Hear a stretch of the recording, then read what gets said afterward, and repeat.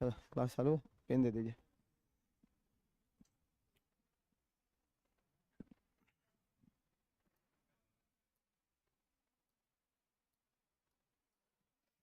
कल पढ़ रहे थे हम लोग बिहार के अपवाह तंत्रों को,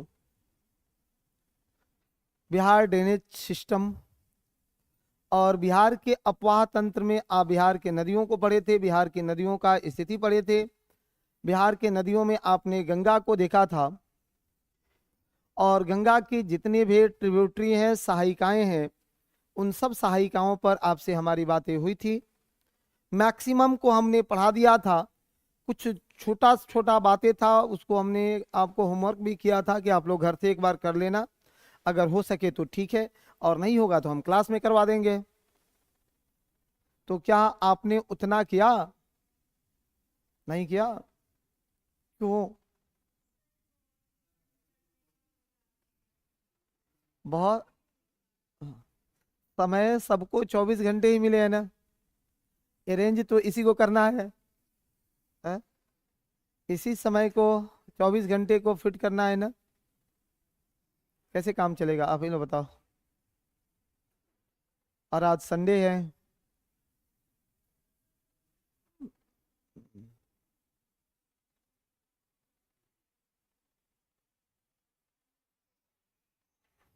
बताइए क्या किया जाए आप लोगों के साथ।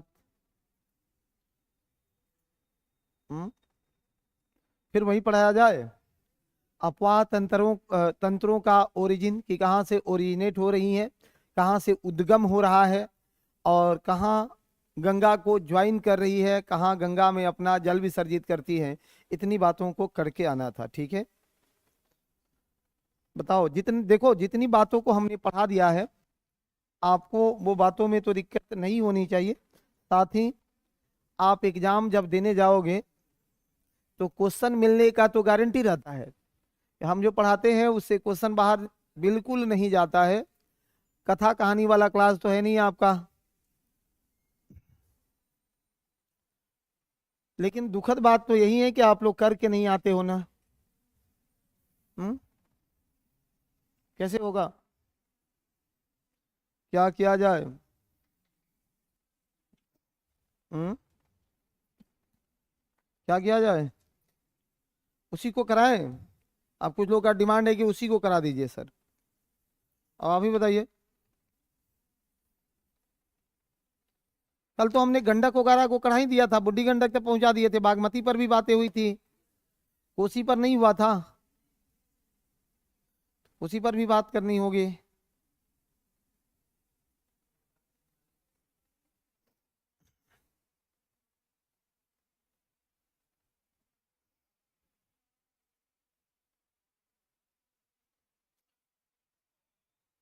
नहीं तो पढ़ाएंगे बिहार का सॉइल, बिहार की मिट्टियां।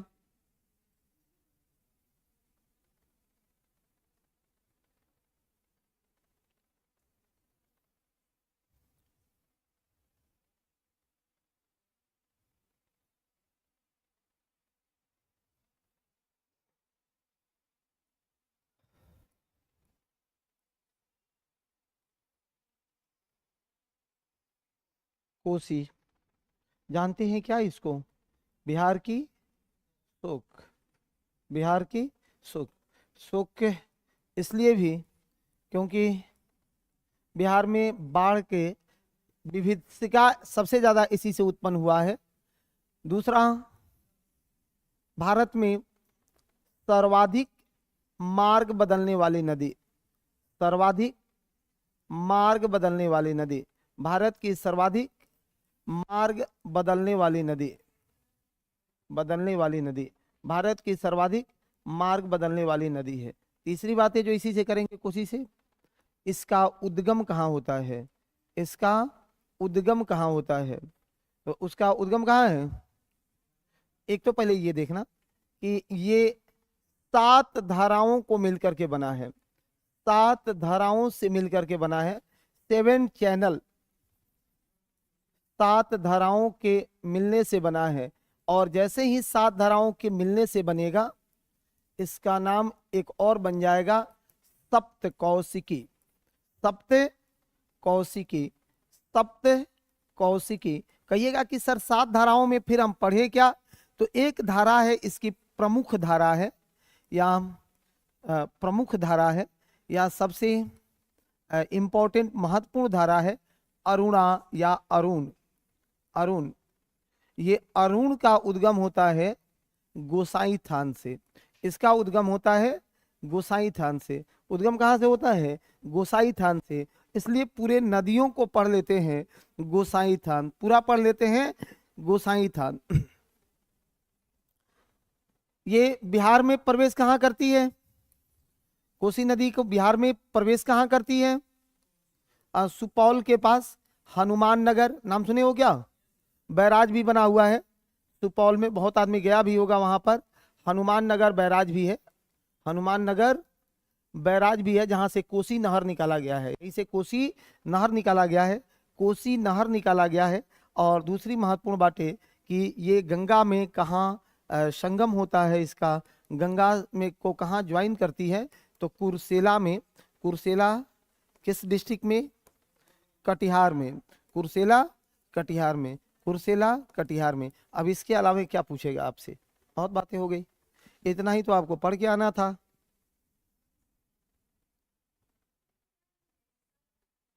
सप्त कौशिकी, सप्त कौशिकी।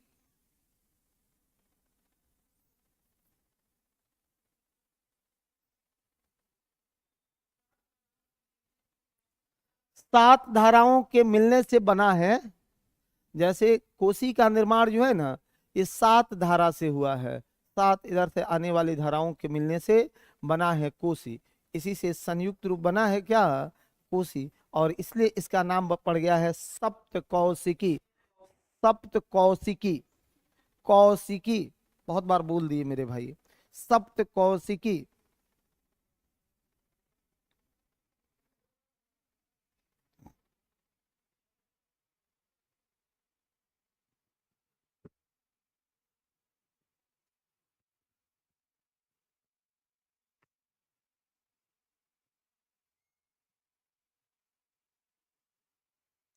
कमला, कमला को आपने पढ़ा है? नहीं। कमला ज्वाइन करती है, संगम माने मिलती है, जुड़ती है, ज्वाइन करती है, ज्वाइन करती है। कमला है मधुबनी की पवित्र नदी, कमला को माना जाता है मेरे भाई। मिथिला की सबसे पवित्र नदी कमला है। आए बता दो, मिथिला की सबसे पवित्र नदी कमला को माना जाता है। वो मिथिला की गंगा कही जाती है कि मिथिला गंगा की, मिथिला जो है, सॉरी, कमला मिथिला की गंगा है। हाँ, और क्या पूछ रहे थे भाई?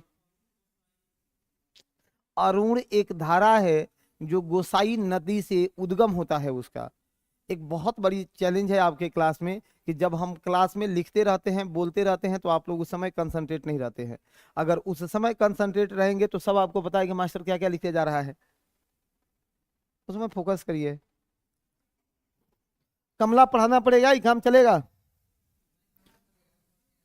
पढ़ गया है ना? चलिए ठीक है, तो जो पढ़ के आया है लो, उसके लिए बहुत अच्छी बातें हैं। कमला, इसका उद्गम कहाँ? महाभारत श्रेणी से उद्गम, जी हाँ, महाभारत श्रेणी नेपाल से। इसे कहा जाता है मिथिला की गंगा, मिथिला की गंगा। ये सहायिका है किसकी? कोसी की। कोसी की सहायिका है। ये किसकी सहायिका है? कोसी की सहायिका है। मिथिला का गंगा कहा जाता है। भारत में प्रवेश कहाँ करती है? हाँ, जयनगर में। ये एक पॉइंट जगह बहुत अच्छी चीजें है। जयनगर मधुबनी में है। जयनगर कौन सा डिस्ट्रिक्ट है? हाँ, मधुबनी डिस्ट्रिक्ट में है। जयनगर मधुबनी डिस्ट्रिक्ट में है। और फिर अपना संगम बनाती है किसके साथ? कोसी के साथ। कोसी के साथ अपना संगम बनाती है। वही खगड़िया में,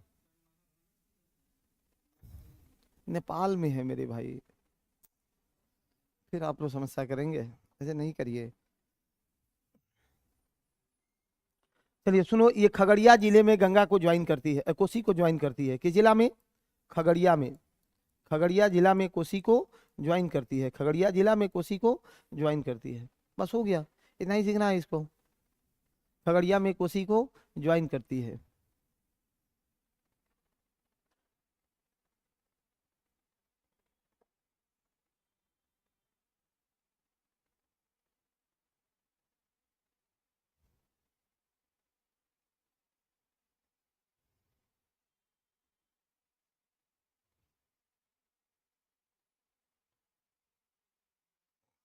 एक है थोड़ा सा, कुछ लोग डाउट में रहते हैं महानंदा को लेकर के। अब आपसे थोड़ा सा चंद बातें महानंदा पर तो कर ही लेंगे। महानंदा पर तो थोड़ी बातें आपसे हो ही जाएगी, लेकिन ये आपका काम था, आप लोगों को करके आना चाहिए था। ये आपका काम था, आप लोगों का करके क्यों नहीं आए? हम्म, क्या जी? आप लोगों का टेस्ट भी अब होने वाला है, एग्जाम का डेट भी बढ़ा है शायद।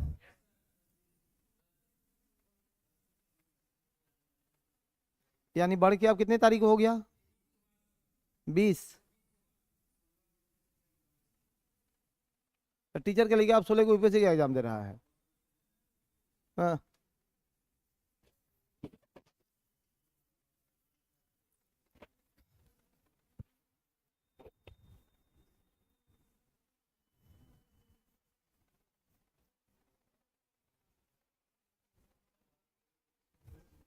चलिए, महानंदा एक है, महानंदा। इस महानंदा नदी का उद्गम कहाँ से है? उद्गम कहाँ से है? इसका उद्गम है दार्जिलिंग।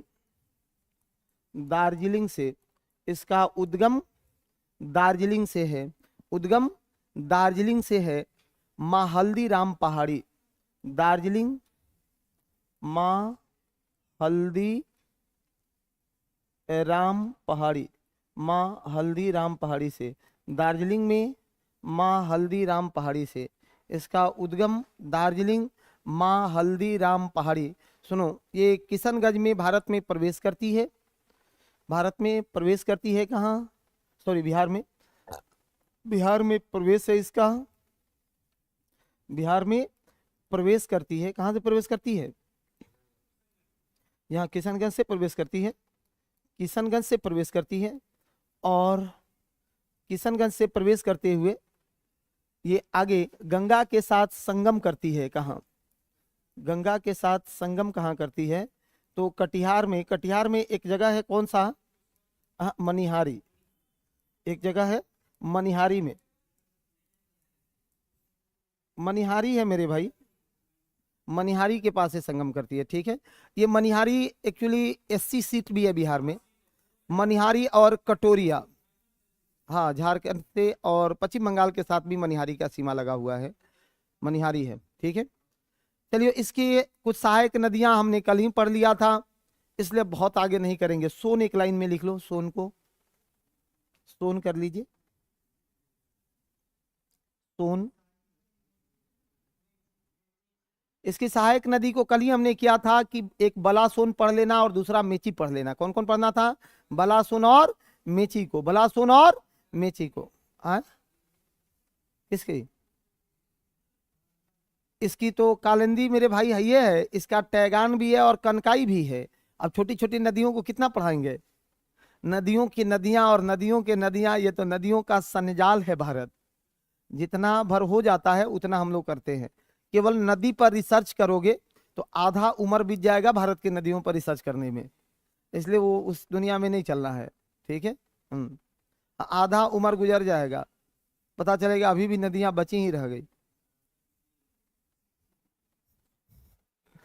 आधा आधा खेलने ही में घबरा दिए। ये कह रहे हैं कि सर आधा तो घूमने ही में गंवा दिए। चलिए, जीवन में मजा बहुत लिए होंगे, नहीं? घूम फिर के। हाँ, हाँ। चलो छोड़ो, अथाओ। सोन रिवर, सोन नदी। सोन रिवर या सोन नदी। सोन रिवर या सोन नदी। सोन नदी। सोन रिवर या सोन नदी। सोन रिवर या सोन नदी, सोन रिवर या सोन नदी।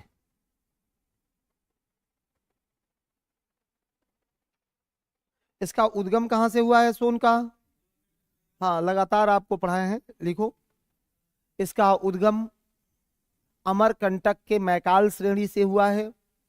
उद्गम अमरकंटक का मैकाल श्रेणी, उद्गम नहीं, अमरकंटक ये तो पर्वत है और इसकी श्रेणी है कौन सी? मैकाल श्रेणी है, मैकाल श्रेणी है। अब एक काम करना, बिहार में प्रवेश कहाँ से है इसका? रोहतास से। बिहार में प्रवेश कहाँ से है? रोहतास से। यह रोहतास जिले में, लिख लो, रोहतास जिले में बिहार में प्रवेश करती है।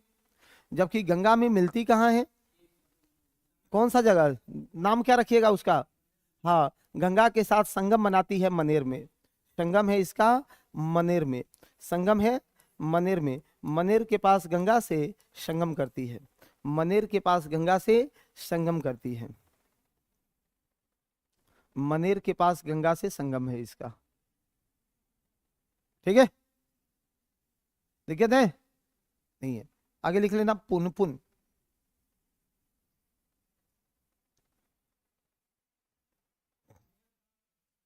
पटना दानापुर के जस्ट आगे।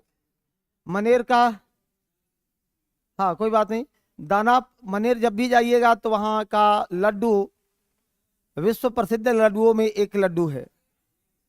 कहाँ खिलाए अभी? आपने बहुत दिन से वादा किया था। मनेर का लड्डू वाकई में विश्व प्रसिद्ध लड्डुओं में शुमार होता है मनेर का लड्डू। ठीक है, चलिए आगे लिखना पुनपुन नदी। और कल किसने किसने स्टेट दिया है? कल किसी का नहीं था? इसका था? एक नहीं था आपका? खड़ा होइए, ढंके के जोड़ पर खड़ा होइए। हाँ, कहाँ सेंटर था? एग्जाम ठीक ठीक दिए? यहाँ से कितना दिन से पढ़ रहे हैं? 3 दिन पढ़े। 3 दिन में कितना क्वेश्चन मिला? अच्छा, 3 दिन में 3 क्वेश्चन मिल गया। और वो 3 सही किए कि नहीं? अगर 120 दिन पढ़ लेते तो 120। देखो भाई, गारंटी है, प्रत्यक्षम किम प्रमाणम, उनको कोई घूस थोड़े दिया गया है। और वो 3 क्वेश्चन किनके पढ़ाने से मिला? क्यों मेरे ही पढ़ाने से 3 क्वेश्चन, और उनके पढ़ाने से? हाँ भाई, मेरा वाला तो बोल दिया, उस सर का भी बोलो ना। ये कोई बात ही बात, दबाव में बोल रहे हो? अच्छा, तब ठीक है, अच्छी बात है।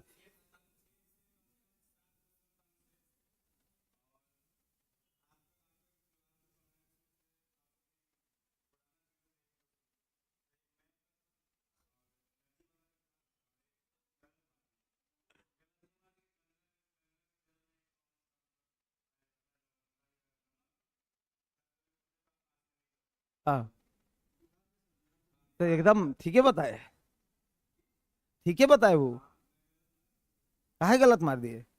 बैठो, कोई बात नहीं, होता है। 2-3 दिन में कितना, 3 दिन में 3 मार दिए, कम थोड़े है। बहुत है।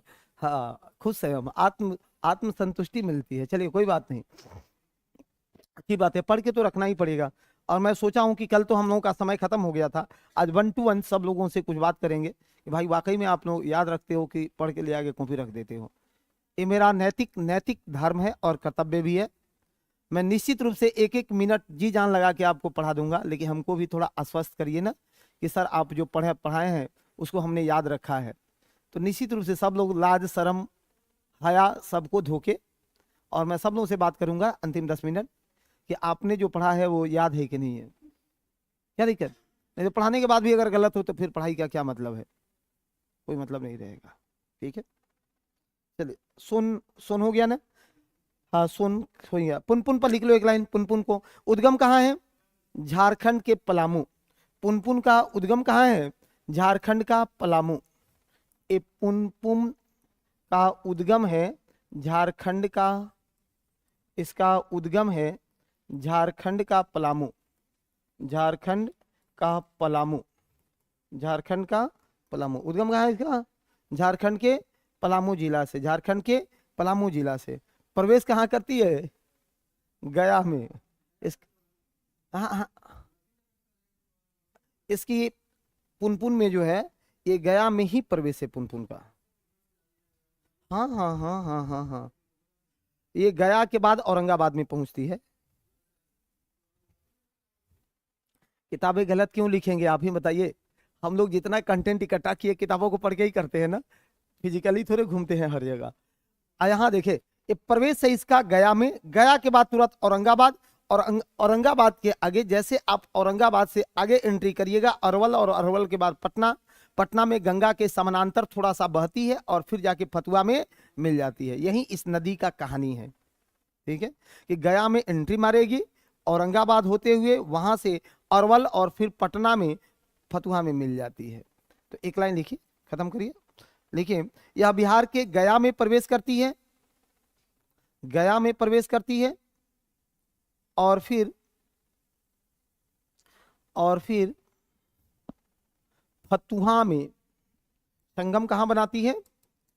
हाँ, फतुहा में, फतुहा में ये गंगा को ज्वाइन करती है। फतुहा में गंगा को कहाँ ज्वाइन करती है? फतुहा में ज्वाइन करती है, गंगा को फतुहा में ज्वाइन करती है। एक नदी है फाल्गु, एक नदी है फाल्गु,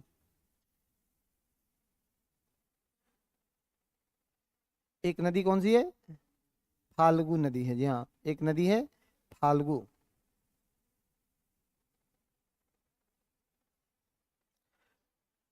दो धाराओं के मिलने से बना है, कौन कौन? एक निरंजना और दूसरा मोहना। लिख, हाँ लिख लीजिए, निरंजना और मोहना, निरंजना और मोहना, निरंजना और मोहना दोनों के संयुक्त धारा को, दोनों के संयुक्त धारा को फाल्गु कहा जाता है।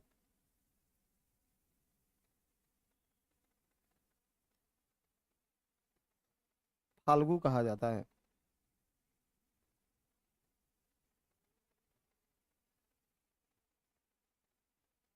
ठीक है, आगे लिखिएगा।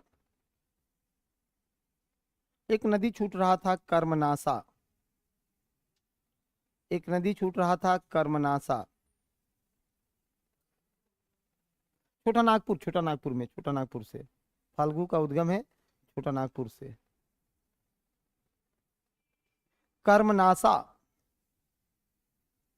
कर्मनासा इसका, ये टाल क्षेत्र में, यहाँ टाल क्षेत्र में इसका, सुनिए, ये टाल क्षेत्र जो है ना, टाल क्षेत्र जैसे मोकामा टाल क्षेत्र है, तो इस ताल क्षेत्र में छोटा छोटा छोटा छोटा वितरिका के रूप में जाकर के गंगा में मिलती है। एक कोई पॉइंट पर फाल्गु नहीं मिली है, ताल क्षेत्रों में जाती है तो ये छोटी छोटी वितरिकाओं में बढ़ जाती है और फिर गंगा में ये संयुक्त होती है।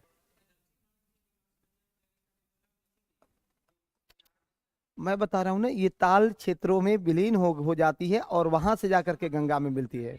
हाँ, ताल क्षेत्रों में ही गंगा में मिलती है। ठीक है, इसलिए कोई इसका एगो पॉइंट नहीं लिखा हुआ है। चलिए, हाँ क्या कहते हैं?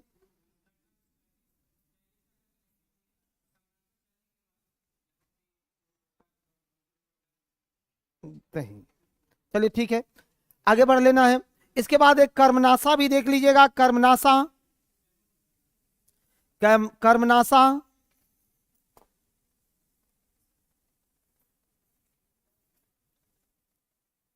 इस नदी का उद्गम,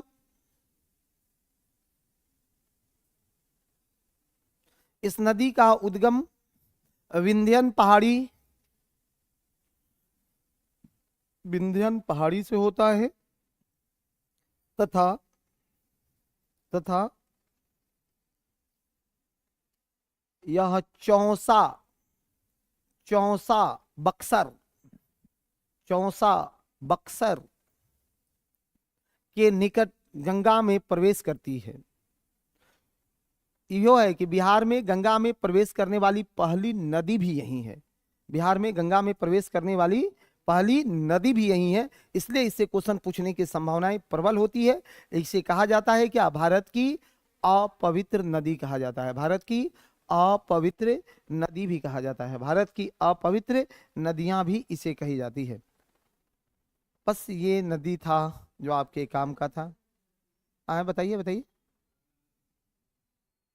गंगा में 64 के पास, चौसा के पास, चौसा सुनिए, कल इस पर कहानी भी सुनाए थे मेरे भाई कि हुमायूं डूबा था इसी में कि सारे कर्मों का नाश हुआ, और फिर उसके बाद वो कैसे कैसे गया। ये भारत की अपवित्र नदी है, सारा कर्म धुल जाएगा, जीवन में कुकर्म कुकर्म बचेंगे, ये मान्यता भर है, इसका कोई वैज्ञानिक और साइंटिफिक रीजन नहीं है। आए लोग खाते हैं, खाते हैं। आए तो लोग खाते हैं, आप हैं वहां के, वो लोग उसमें नहाता हुआ आता है। हाँ, तो मछली मारने गया तो कैसे मारेगा? ऐसे होता है जी, उसमें घुसबे करेगा पनिया में तो। हाँ, चलो छोड़ो छोड़ो हटाओ भाई, बिहार की मिट्टियां पढ़ा दें, बिहार की मिट्टियों पर बात कर लें, निश्चित रूप से बात कर ही लेना चाहिए। बिहार के नदियों पर फिर आगे चल के जलप्रपात वगैरह आपको एक दिन पढ़ाएंगे, या आज ही हो सकता है तो जलप्रपात पढ़ा दें। पहले एक बार मिट्टी को पढ़ लेना, बिहार की मिट्टियों को पढ़ लीजिएगा। एक डायग्राम बना लेना है, एक डायग्राम बना लीजिए बिहार पर लेकर के, मिट्टियों को लेकर के एक डायग्राम बना लेना है, ठीक है। एक शानदार अद्भुत डायग्राम बिहार का बना लेना है, बिहार के मिट्टियों को लेकर के। अरे आज बिहार का है, दो बार नहीं बना, क्या हो गया है भाई?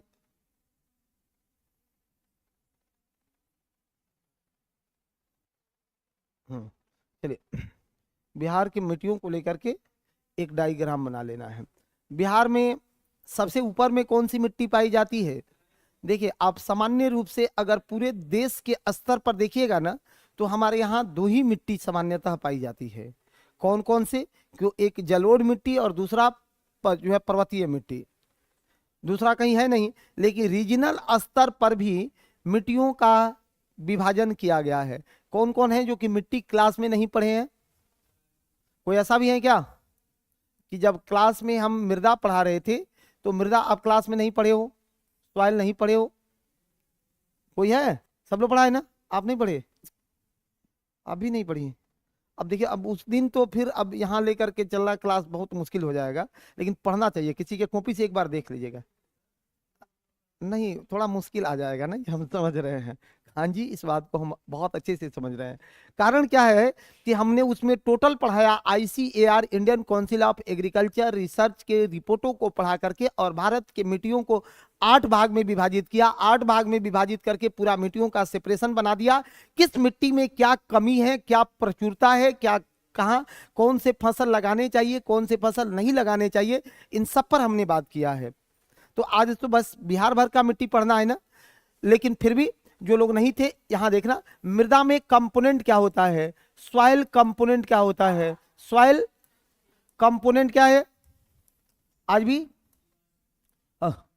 सबसे बड़ा पैतृक सेल होता है, सबसे बड़ा पैतृक सेल होता है, रॉक्स होता है जिससे वो बना होता है। तो किसी भी मृदा में 40 से 45% तक, 40 से लेकर के 45% तक ये पैतृक सेल होता है, हाँ, पेरेंट रॉक्स। दूसरा, जिससे वो मिट्टी बना हुआ है, ठीक है।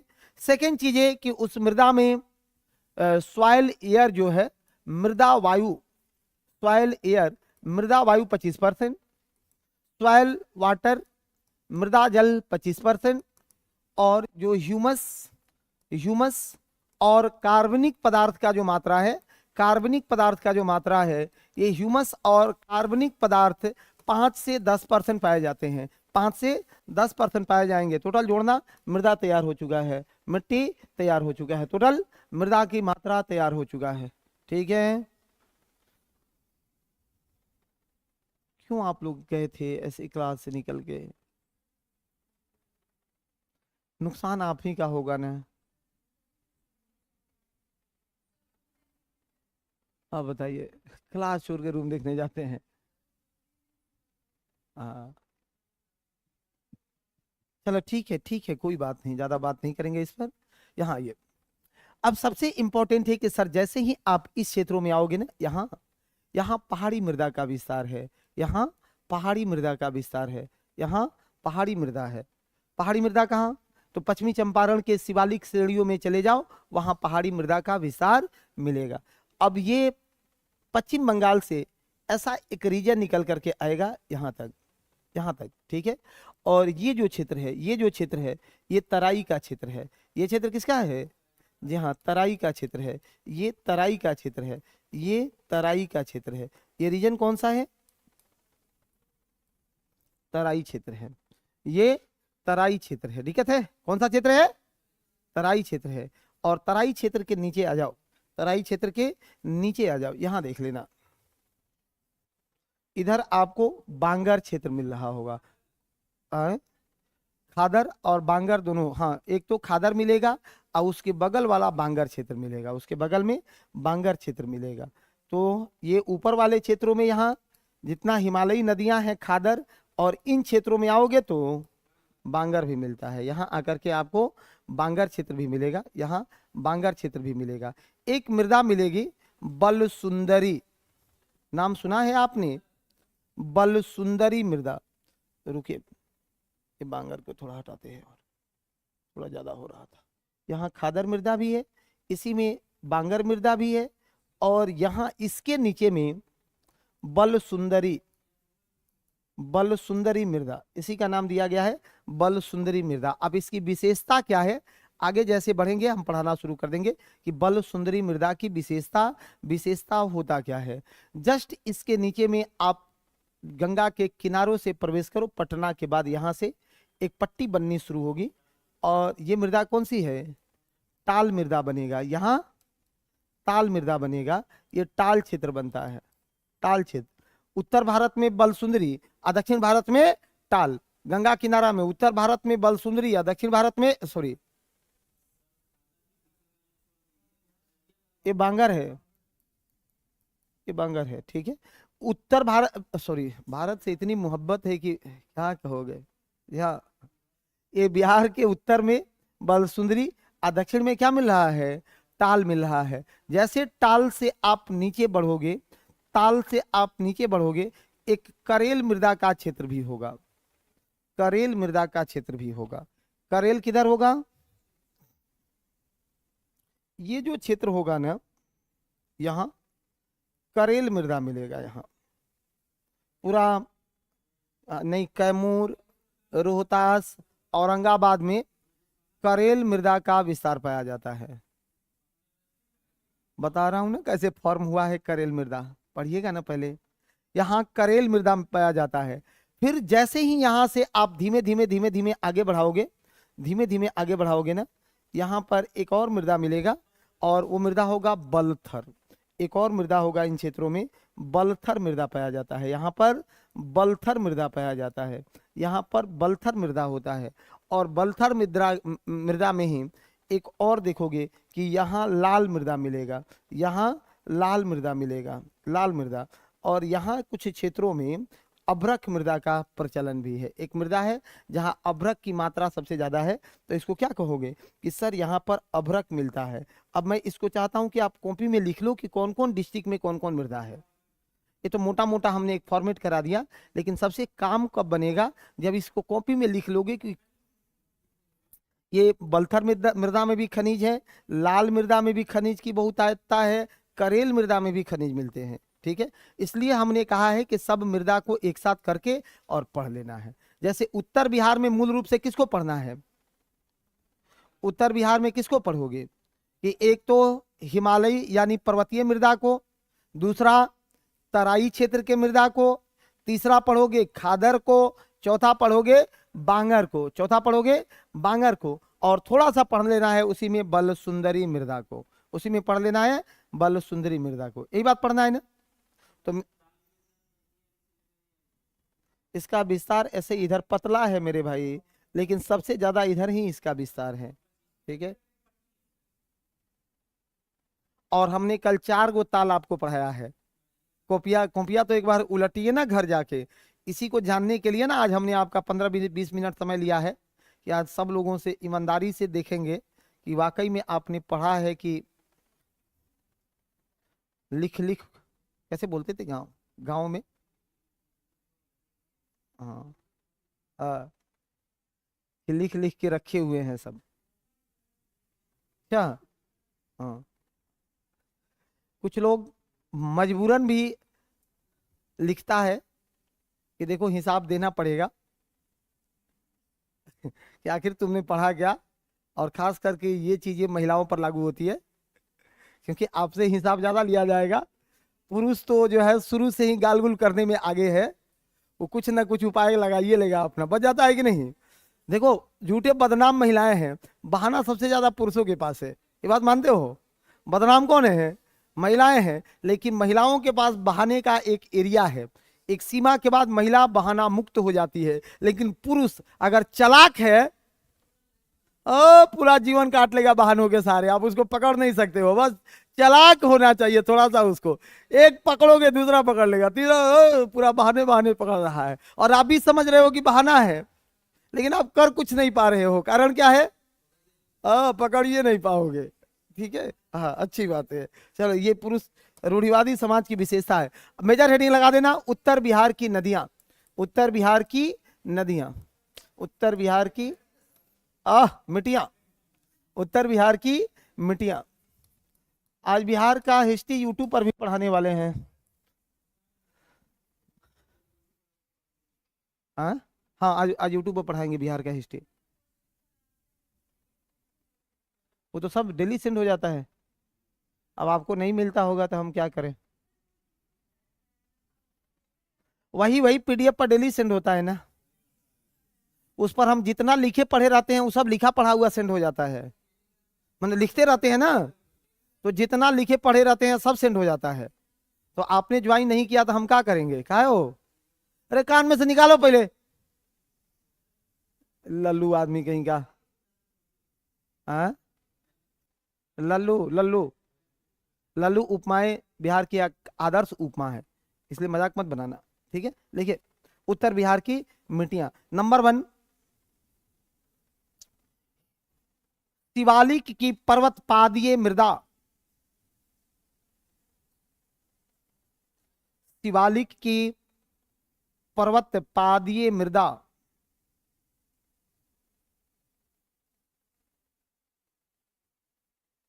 शिवालिक की पर्वत पादीय मृदा। पर्वत पादीय मृदा, शिवालिक की पर्वत पादीय मृदा। इसका रंग कैसा होता है? इसका रंग कैसा होता है?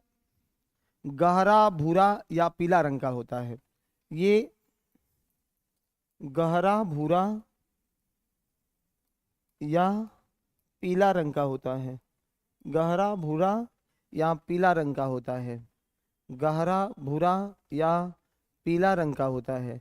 गहरा भूरा या पीला रंग का होता है। सबसे बड़ी विशेषता क्या है इसमें भाई?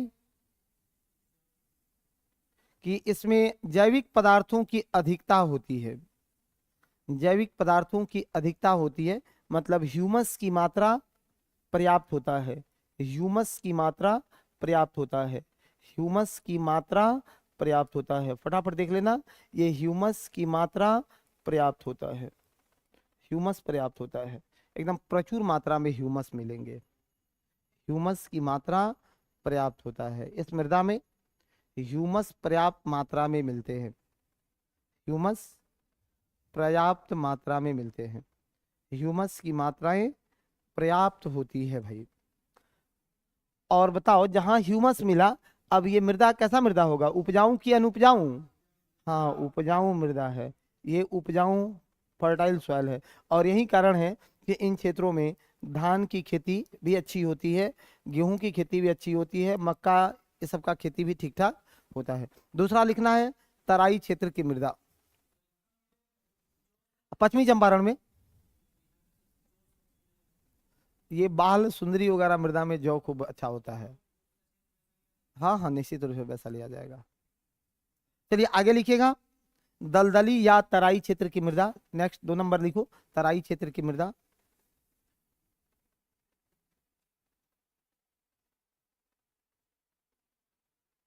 तराई क्षेत्र की मृदा।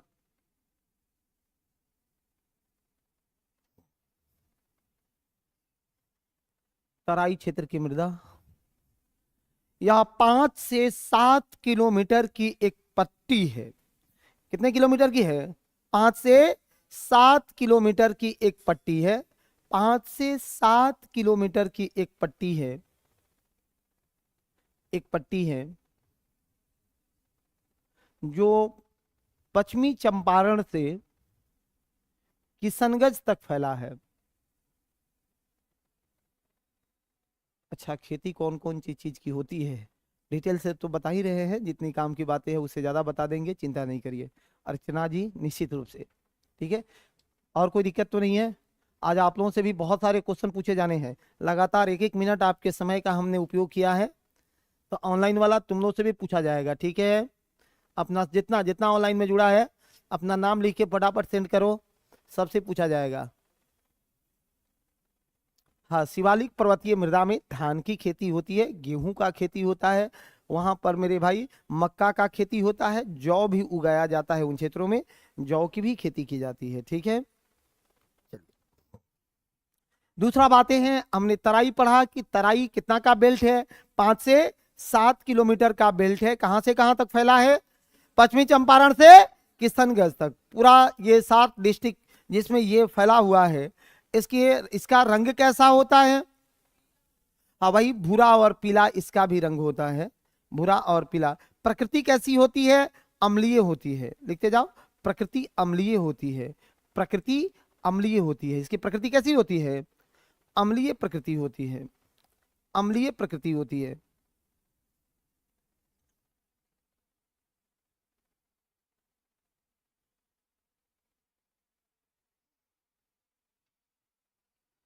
नोट लगा देना नीचे। इस मृदा में फास्फोरस, पोटास और नाइट्रोजन की कमी होती है, फास्फोरस, पोटास और नाइट्रोजन की कमी होती है।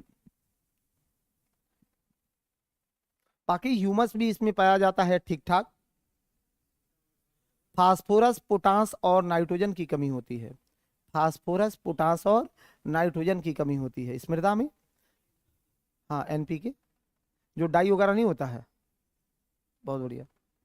फास्फोरस, इसलिए देखिएगा हम लोग के यहाँ खेती होता है ना, तो नहीं कुछ होगा तो डाई वगैरह तो देना ही पड़ता है, देखा ना उत्तर बिहार वाले, वो किसान के पास पैसा नहीं होगा, वो कर्जा काढ़ेगा, शुद्धि पर पैसा ला लेगा, लेकिन बिना डाई के खेती नहीं करेगा, क्योंकि वो बिना पढ़ लिख के भी जानता है कि हमारे मृदा में कमी है किसका? तो सर पोटास का कमी है, फास्फोरस का कमी है और नाइट्रोजन का कमी है।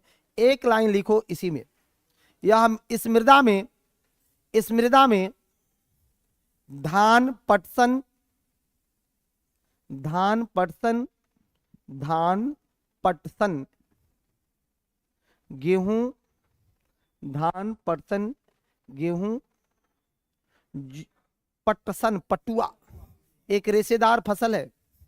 पटसन, जूट और पटसन अलग होते हैं, सेम है? आए ना ना ना ना, कपास अलग है और जूट अलग है, हालांकि दोनों रेशेदार पौधा है, दोनों रेशेदार पौधा है, दोनों के रेशे का ही उपयोग किया जाता है। ये मतलब हमने पटसन को देखा है कि वो एक डंडा नुमा संरचना का एक पौधा होता है, बड़ा बड़ा होता है, और सुनो उसको का खरीफ टाइप का फसल है, और उसको काट करके और पानी में डुबा देते हैं, पानी में डुबा देते हैं। आप पानी में डुबा करके क्या करते हैं? सड़ जाता है तो उसको निकाल के उपयोग कहाँ करते हैं इसका? बोरा बनाने में, जो बोरा आता है डीलर वाला के यहाँ जो बोरा आता है उसमें करते हैं, थैला बनाने में करते हैं। आज मॉल में जाओ, मॉल में जाओ, 5 रुपया अलग से थैला का रुपया ले रहा है, जूट का है ना। अब तो कपड़ा बनाने में भी उपयोग किया जा रहा है, लेकिन अभी जूट का कपड़ा भी प्रचलन में नहीं आया है। लेकिन जैसे जूट पर सरकार का फोकस है, मेरा आशा और उम्मीद है कि आने वाले समय में अगर सरकार ऐसे ही काम करते रही तो एक दिन निश्चित रूप से जूट का जामा पहनवा देंगे। हाँ, समझ रहा है कि नहीं? हाँ, सबसे ज्यादा पूर्णिया में। लिखो एक लाइन में, फटाफट लिखिए, धान, पटसन, गेहूं, जौ, सरसों। आगे फटाफट लिखना है, बांगर। नहीं, चाय इसमें नहीं होगा ना, चाय इसमें नहीं होगा, चाहे वहां के कुछ बांगर क्षेत्र है वहां चाय की कुछ खेती होती है, चाहे किशनगंज के जो पर्वतीय क्षेत्र है वहां चाय की खेती होती है। ठीक है, आगे लिखना जलोढ़ मृदा। बांगर उसी को तो बोलते हैं, पुरानी जलोढ़ को बांगर कहते हैं। जी हाँ, जलोढ़ मृदा।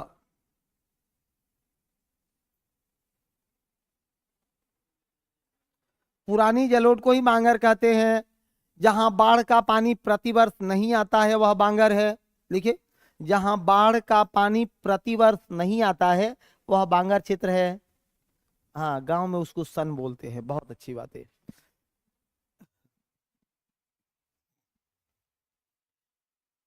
क्या बोला जाता है इसको? हाँ, बांगर बोलते हैं। एक लाइन लिखो कि बाढ़ का पानी प्रतिवर्ष नहीं आता है, इसका विस्तार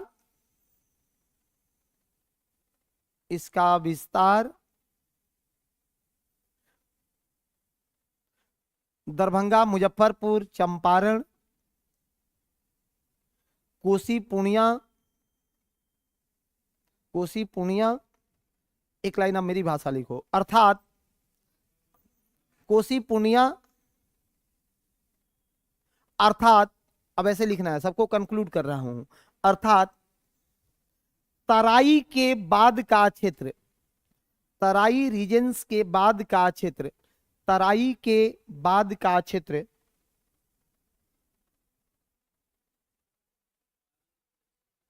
तराई के बाद का क्षेत्र यानी दक्षिण का क्षेत्र, जी हाँ, जहां प्रतिवर्ष बाढ़ नहीं आते हैं, जहां प्रतिवर्ष बाढ़ नहीं आते हैं। तराई के बाद का क्षेत्र जहां प्रतिवर्ष बाढ़ नहीं आते हैं, प्रतिवर्ष बाढ़ नहीं आते हैं, वो क्षेत्र बांगर होगा, वही क्षेत्र बांगर होगा, वही क्षेत्र बांगर होता है मेरे भाई। अब बांगर में सबसे बड़ी समस्या क्या है? हाँ, एक लाइन लिखना, एक लाइन लिखो, इसका रंग गाढ़ा भूरा और हल्का काला होता है। इसका रंग गाढ़ा भूरा होगा, माने एकदम जो है ब्राउन टाइप का, गाढ़ा भूरा और हल्का काला, और हल्का काला होता है। गाढ़ा भूरा और हल्का काला होता है।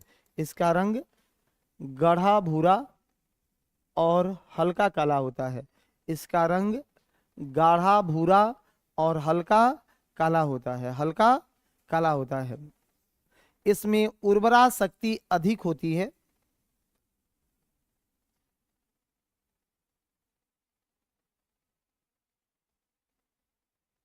अधिक होती है, और सर्वाधिक नहीं, अधिक हमने बोला है, सर्वाधिक मत लिख दीजिएगा।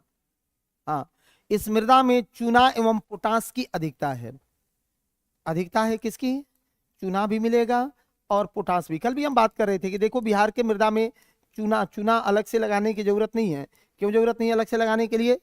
क्योंकि हमारी मृदा में चूना पर्याप्त है, चूना की मात्रा पर्याप्त है, हमारी मृदा में चूना की मात्रा पर्याप्त है, इसलिए अलग से चूना डालने की जरूरत नहीं है।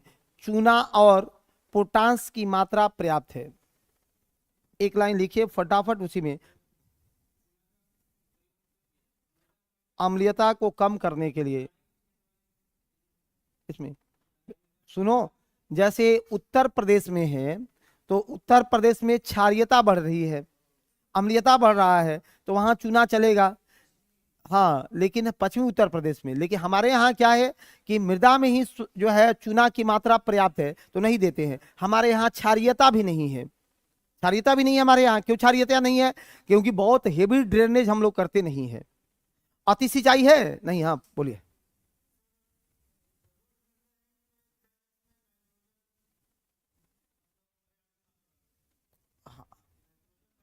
ना ना ना ना ना ना, नाइट्रोजन किसी में नहीं है, यूनिवर्सल है। भारत के सभी मृदा में तीन चीज की कमी है, यूनिवर्सल तीन चीज। वो कहीं पूछे, भारत का नाम आ जाए कहीं पूछे, नाइट्रोजन, फास्फोरस और ह्यूमस। नाइट्रोजन, फास्फोरस और ह्यूमस। एक मृदा मार दीजिएगा, पर्वतीय मृदा। पर्वतीय मृदा अगर दे दे तो उसमें ह्यूमस की मात्रा पर्याप्त है, पर्वतीय मृदा में ह्यूमस की मात्रा पर्याप्त है। बाकी जितने मृदा हैं उसमें नाइट्रोजन की कमी है, फास्फोरस की भी कमी है और ह्यूमस की भी कमी है। पर्वतीय मृदा में भी नाइट्रोजन की कमी है, हालांकि ह्यूमस की मात्रा की अधिकता के कारण वहां खट्टे रसीले फलों का उत्पादन अच्छा होता है, और यही कारण है कि पर्वतपादीय क्षेत्रों में उसका निर्माण ज्यादा होता है। ठीक है, चलिए देख लीजिए, ये अटूट अकाट सत्य लिखना है। चलिए आगे लिख लो। आप लोग देखते हो ना, हमारे यहाँ अभी तो हम बात किए सर कि हमारे नाइट्रोजन, फास्फोरस और इसका एनपीके लगातार हम अपने खेतों में इसका छिड़काव करते हैं बिना, एक बात बताओ, हम लोग खुद बिलोंग्स करते हैं कहां से भाई? तराई क्षेत्र से बिलोंग्स करते हैं, हमारी जो है जलोढ़ क्षेत्रों से हम लोग बिलोंग्स करते हैं। अब बताओ, कोई भी एक फसल है हमारे यहाँ जो बिना यूरिया के हो जाए? खेत में कुछ नहीं छिटाएगा तो यूरिया दिलाएगा कि नहीं दिलाएगा? सीधी बात है सर, यूरिया के पूरे देश में सबसे ज्यादा किल्लत कहां होती है? हमारे यहां होती है, क्योंकि हमारी मृदा में यूरिया नाइट्रोजन की कमी बहुत बड़े स्तर पर है। ठीक है, लिख लीजिए, इसको बनाइए, आगे बढ़ाइए, एक लाइन में इसको कंट्रोल लिखिए। हमारी क्या है, बांगर मृदा में चूना और पोटास की अधिकता है, फास्फोरस, नाइट्रोजन और ह्यूमस की कमी होता है। फास्फोरस, नाइट्रोजन और ह्यूमस की कमी होता है, तीन चीजों का, फास्फोरस, नाइट्रोजन और ह्यूमस की कमी होता है।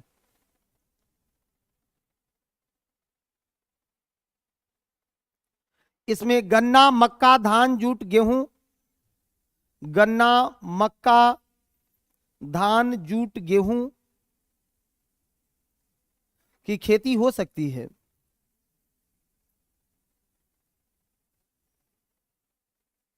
की खेती हो सकती है, की खेती हो सकती है। धान, गन्ना, मक्का, गेहूं, जूट, इस सब की खेती हो सकती है। छोटा हेडिंग लगाओ, बाल सुंदरी मृदा। कब जाएगा वीडियो रुकने का बीमारी, मैं भी नहीं जानता हूं मेरे भाई। चलो आगे, बाल सुंदरी मृदा बहुत काम का मृदा है। बाल सुंदरी मृदा, बाल सुंदरी मृदा, बाल सुंदरी सॉइल, बाल सुंदरी मृदा लिखिए एक लाइन में। इस मृदा का विस्तार बाल सुंदरी मृदा या बल सुंदरी मृदा, शुद्ध नाम तो बल सुंदरी ही है, बाल मत लिखना, बल सुंदरी मृदा, बाल मत लिखना, बल सुंदरी मृदा, जी हाँ सुंदरी मृदा, क्योंकि इसको अंग्रेजी में लिखते हैं ना, अंग्रेजी में ए लगा के लिखते हैं, बल सुंदरी, सुंदरी सॉइल, बल सुंदरी सॉइल, बल सुंदरी मृदा, बल सुंदरी सॉइल। इसका विस्तार बांगर के दक्षिण में हुआ है, इसका विस्तार बांगर के दक्षिण में हुआ है।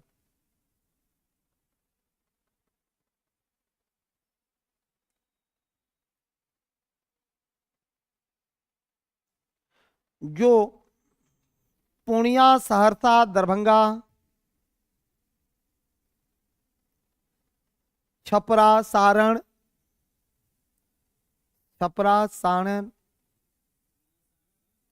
पूर्णिया, सहरसा, दरभंगा, छपरा, वही सारण है, छपरा में हुआ है।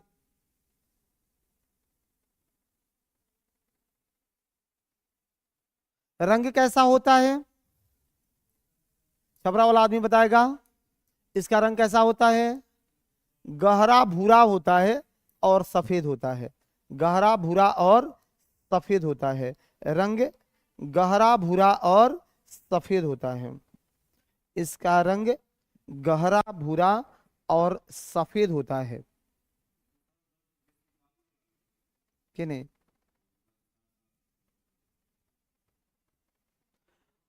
अब जो है, कौन ऐसा क्षेत्र है जिसमें बालू वाली मिट्टी नहीं है जी? कोई है? आप देखोगे कितना भी अच्छे क्षेत्र में चले जाओ, सुनो, आप ये भी सोचते होंगे कि सर यहाँ बांगर मृदा है, ये बांगर मृदा है, अब बांगर मृदा के बिचवे में ये कुछ क्षेत्र बालू वाला मृदा यहाँ पर आ गया है, आया है कि नहीं आया है? अरे आपके गांवों में है कि नहीं ऐसा स्थिति? ये पूरा बांगर क्षेत्र है, अब बीच में थोड़ा सा क्षेत्र उसी में बालू वाला क्षेत्र बन गया है। अब वो बालू जो क्षेत्र बना है उसके कारण अलग हैं, वो भूकंपीय प्रभाव का परिणाम है, कि एकदम बांगर क्षेत्र है, खादर क्षेत्र है, और उसमें कहीं बालू वगैरह बन गया। तो वो तो 1934 में जब भूकंप आया था तो पूरे बिहार में अक्सर जगहों पर मृदा भूमि फटने लगा था। और उस फटने के बाद निकलेगा क्या, तो क्रस्ट में सबसे ज्यादा क्या है, सिलिका है। अब सिलिका ही तो निकलेगा ऊपर ना, और वो सिलिका का निक्षेप हुआ तो आज भी उन क्षेत्रों में बालू है।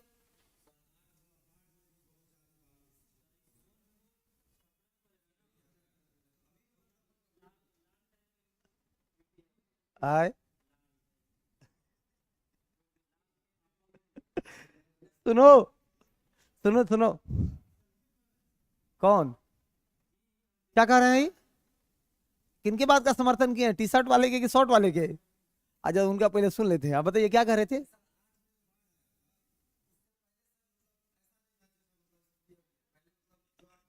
अच्छा, एक एक बात बताओ मेरे भाई, अब आप जो सुने हो उसका जवाब खूब प्रेम से सुनो। हमने क्या कहा है कि नवीन जलोढ़ जो होता है ना, वो अवसादीकरण का परिणाम है, सेडिमेंटेशन का परिणाम है। ये जलोढ़ मृदा ही अवसादों से बनी है।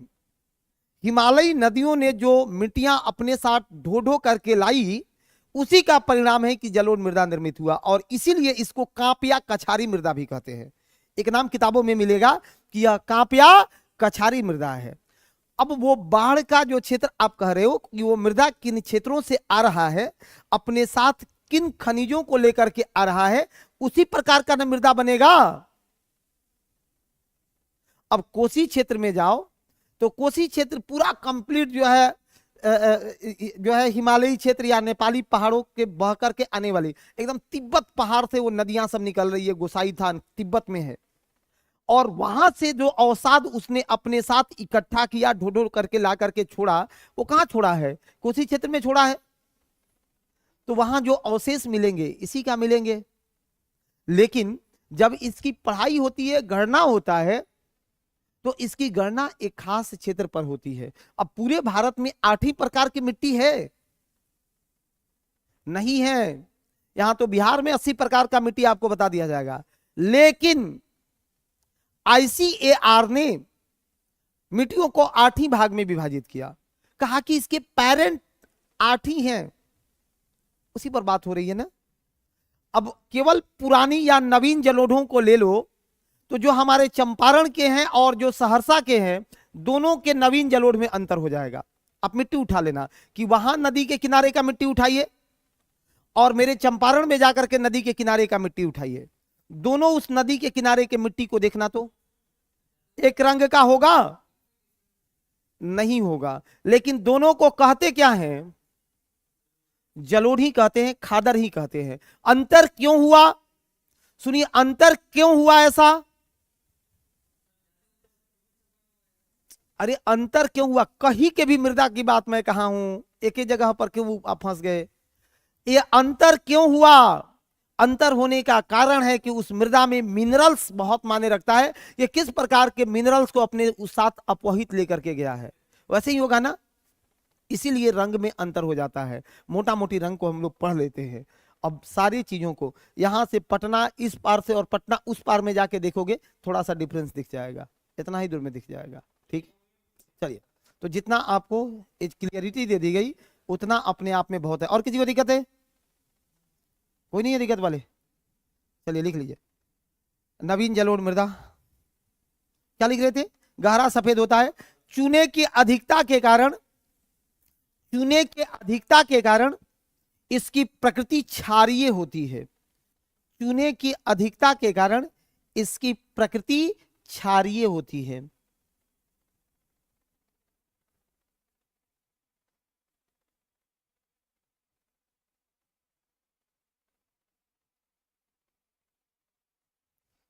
उसकी प्रकृति कैसे रहती है, क्षारीय रहती है।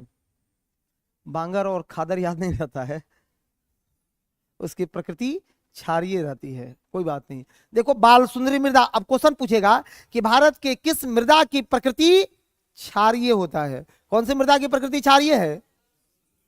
बाल सुंदरी मृदा की प्रकृति क्षारीय है। मृदा में क्षारीयता का मूल कारण क्या है? चूना की मात्रा का बढ़ जाना। ठीक है। दूसरा एक काम और करिए, बहुत इंपॉर्टेंट बातें रहेगी। अगर मिट्टी क्षारीय हो जाए तो क्या करते हैं, जिप्सम का प्रयोग करते हैं, जिप्सम का प्रयोग करते हैं। उसी में नोट लगा करके लिख ले, क्षारीयता को कम करने के लिए जिप्सम का प्रयोग किया जाता है। क्षारीयता को कम करने के लिए किसका प्रयोग करते हैं, जी हाँ, जिप्सम का प्रयोग किया जाता है।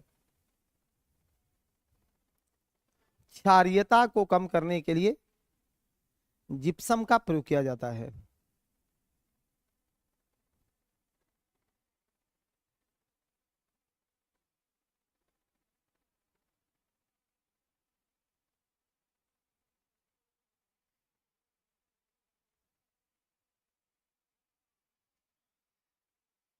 क्षारीयता को कम करने के लिए जिप्सम का प्रयोग किया जाता है। पता है ना कि ये एक आदर्श मिट्टी का पीएच मान कितना होता है, 6 से 7.5, 6 से 7.5 पोटेंशियल ऑफ हाइड्रोजन। यही एक आदर्श मिट्टी का पीएच मान है, जहां पौधे बहुत बेहतर तरीका से अपना विकास करते हैं, विकास करते हैं। यही एक आदर्श मिट्टी का पीएच मान होता है। एक शब्द लिखना, इस मिट्टी में किसकी खेती करते हैं, मक्का, लिख लीजिए फसल, जहां बल सुंदरी में मक्का, गन्ना, मक्का गन्ना, धान गेहूं, तंबाकू भी देखो अच्छा खासा होता है इसमें, मक्का गन्ना धान गेहूं तंबाकू, केला लीची आम, केला लीची आम, केला लीची आम, केला लीची और आम की भी खेती ठीक ठाक है, आम की भी खेती इसमें ठीक ठाक है। आए नहीं, इसका नाम ही रख दिया है बल सुंदरी, ठीक है, बल सुंदरी इसका नामकरण ही कर दिया गया है। हाँ, और पूरे भारत स्तर पर इस बल सुंदरी मिट्टी का कहीं चर्चा ही नहीं है। लेकिन इस प्रकार के गुण पाए जाते हैं किसमें, तो कहिएगा कि सर बल सुंदरी टाइप का गुण कौन मृदा में भारत पर है, तो उसने जलोढ़ मृदा में ही इसको शामिल कर लिया है, इसको जलोढ़ में ही शामिल किया गया है। आपको जलोढ़ को तो हम विस्तार भी पढ़ाए हैं, इसीलिए ना पूछे हैं कि कौन कौन आदमी भारत का मिट्टी पढ़ा है। उस दिन भी 2 घंटा 3 घंटा पढ़ाए होंगे, आज फिर पढ़ा रहे हैं। तो भारत का पढ़ाए थे, उसका विस्तार देखो फटाफट पढ़ाए थे कि इधर कहां से, पुतवार बेसिन, पुतवार बेसिन यानी पंजाब हरियाणा मैदान से लेकर के और पूरा असम तक, डेल्टाई क्षेत्रों में, डेल्टाई क्षेत्रों में भी तो इसका विस्तार है ना, डेल्टाई क्षेत्रों में भी इसका विस्तार है।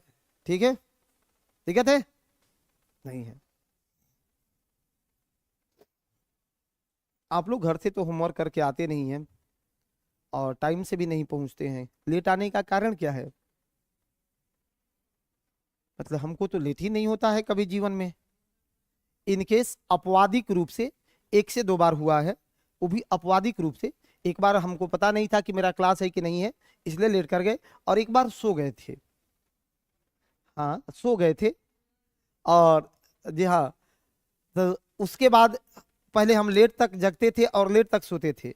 8 बजे जगते थे, 9 बजे आपके बैच में आते थे। जैसे आपका एक दिन बैच लेट हुआ, उसके कल होकर के हमने अपना रूटीन ही चेंज कर दिया कि देखो जब कभी भी हमको 4.5-5 घंटा ही सोना है, उससे ज्यादा नहीं सोते हैं जीवन में, तो 5 घंटा हम टाइम में बदल लेते हैं।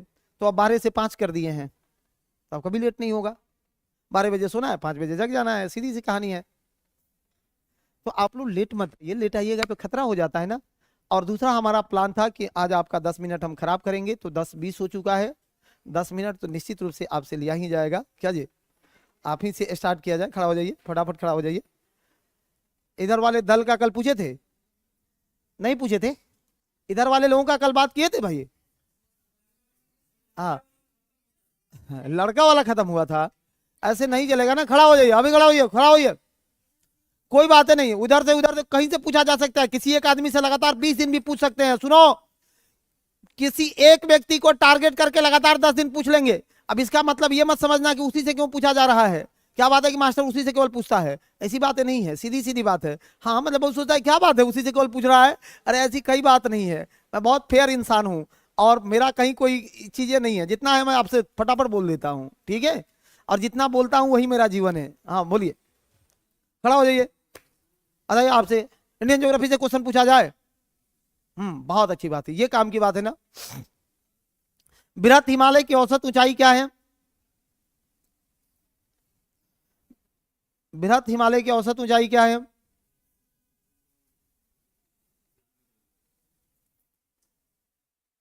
नहीं, ऑप्शन नहीं मिलेगा।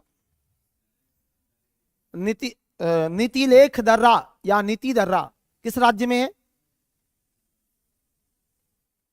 लिपुलेख, लिपुलेख, मानस अभ्यारण्य असम में, किस लिए फेमस है? विंध्यन का निर्माण कब हुआ?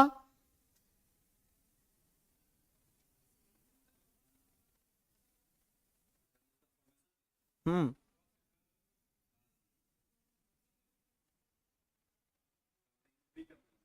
हम्म प्री कैम्ब्रियन में। हम्म महानदी का उद्गम, महानदी का उद्गम। बढ़िए बढ़िए, आप खड़ा होइए, महारथी जी खड़ा होइए, खड़ा होइए, फटाफट खड़ा होइए। भारत का सबसे बड़ा राज्य कौन सा है क्षेत्रफल में? राजस्थान। कितना क्षेत्रफल है? भारतीय क्षेत्रफल का कितना हिस्सा समेटे है? सबसे बड़ा 3 गो राज्य बताइए।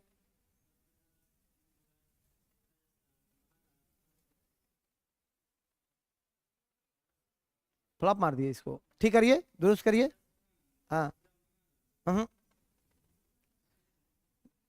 महाराष्ट्र, मध्य प्रदेश, तब महाराष्ट्र, सॉरी राजस्थान, मध्य प्रदेश, तब महाराष्ट्र। छोड़िए, कोई बात नहीं, कोई बात नहीं। आप बताइए, भारत की सबसे ऊंची चोटी कौन है? काराकोरम। केटू किस पर्वत श्रृंखला में है? गार्विन आसेन तो उसी का नाम है। एगो नाम, एगो राष्ट्र का है, एगो पुकार का है। आ? आप बताइए, आप बताइए, फटाफट बताते जाइए। सिंधु नदी का उद्गम कहां से होता है? तिब्बत में कहां से? वो तिब्बत थोड़े पूछेगा, हाँ वो नहीं पूछेगा। और बताइए, बोखरचू ग्लेशियर से। सिंधु और झेलम के दोआब को क्या बोलते हैं? बढ़िए बढ़िए, तुम खड़ा होकर चिल्ला, फटाफट हो जाओ, धुआंधार बताओ। आप बताओ कि चेनाब और राबी के दोआब को क्या बोला जाता है? ब्यास और सतलज दोआब को क्या बोलते हैं? दक्षिण भारत का सबसे प्रमुख दोआब कौन सा है? हाँ।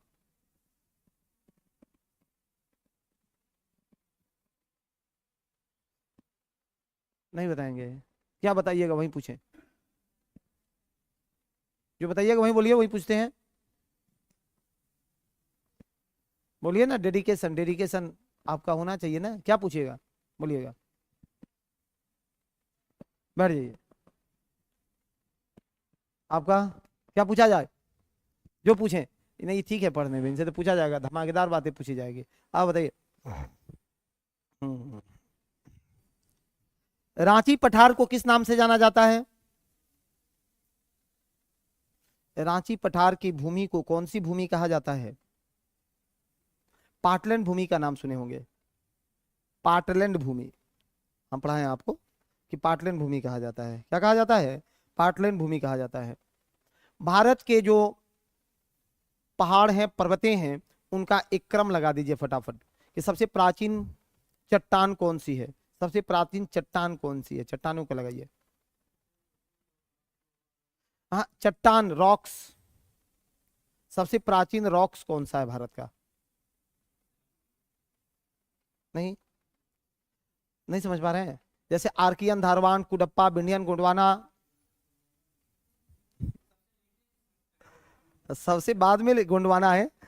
छोड़िए ना, दूसरा से पूछेंगे जब वो नहीं बताए तो आपके पास एक्सप्लेन करने लगे। क्वेश्चन को खराब मत करिए।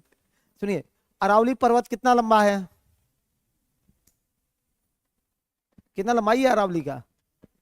अरावली का सबसे ऊंची चोटी? गुरु शिखर। आ, पश्चिमी घाट कितना लंबा है? पश्चिमी घाट को और किस नाम से जानते हैं? बैठ जाइए, थोड़ा सा एक बार पढ़ के आइए, पढ़ के आइए। आप बताइए, चश्मा वाले आप भी खड़ा होइए, एकदम खड़ा हो जाना है। चलिए आप बताइए, पश्चिमी घाट की लंबाई क्या है? 1600। वाह, बहुत अच्छी बात। सबसे ऊंची चोटी? अनाई मुड़ी। सबसे ऊंची चोटी कौन सी है? हाँ, अनाई मुड़ी सबसे ऊंची चोटी है। आप बताएं कि काली मृदा को किस किस नाम से जाना जाता है? हम्म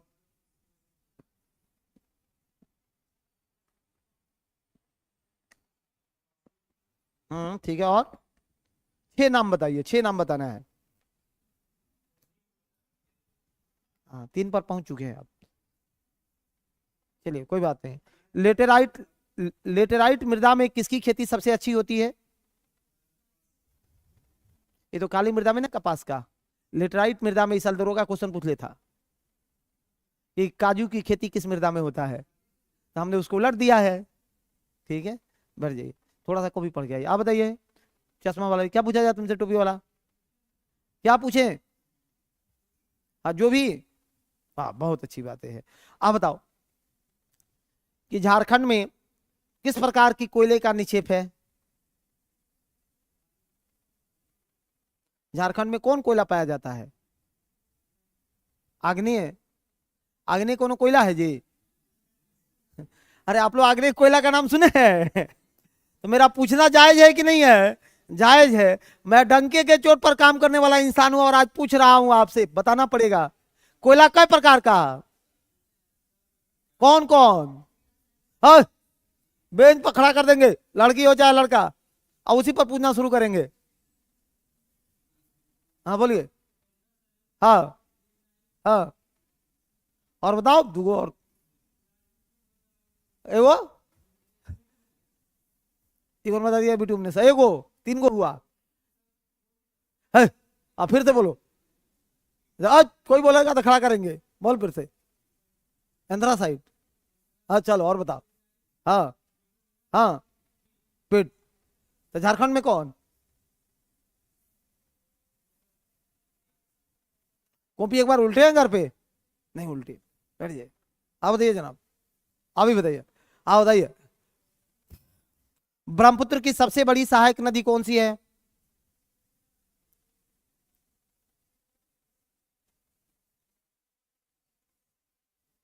भारत की सबसे लंबी पुल? हाँ, पुल पुल।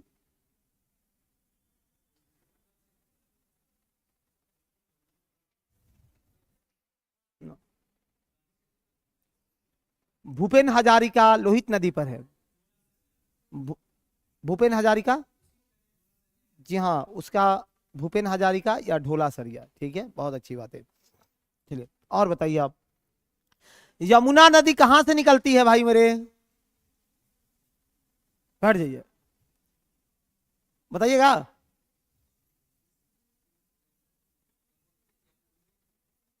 यमुनोत्री तो ठीक पकड़े हैं, और बताइए। गंगोत्री गड़बड़ कर दी है इसमें, गंगोत्री से गंगा। यमुनोत्री में कहां से? बंदर पूछ पढ़ाया गया होगा, बंदर पूछ। हाँ बैठ जाइए। आ आ रहे हैं ना आपके पास, क्वेश्चन पूछ लीजिएगा, सब लोग से पूछ लेने दीजिए, फिर 1 मिनट टाइम है, 1 मिनट मेरे पास टाइम है। मैं ना लेट आता हूँ ना लेट जाता हूँ। और बोलिए कौन चीज? हाँ बोलिए ना। आए, जैविक मरुद्यान कहा जाता है दामोदर को, कल ही तो पढ़ाए यूट्यूब पर भी कि दामोदर नदी को क्या कहते हैं? जैविक मरुद्यान नदी कहते हैं, क्योंकि सबसे कम बायोडायवर्सिटी है, कोयला के कारण सब जीवो मर गया। तो उसमें कुछ है पड़ा नहीं है, वहां बिटुमिनस कोयला मिलता है। अब बताओ धुरंधर, बताएगा? बहुत। अरे तुम बताएगा कि नहीं ये बताओ ना। तो जितना बचा है हमको याद है ना, कल पूछेंगे वो लोग से। आए, यमुना की सबसे बड़ी सहायक नदी कौन है?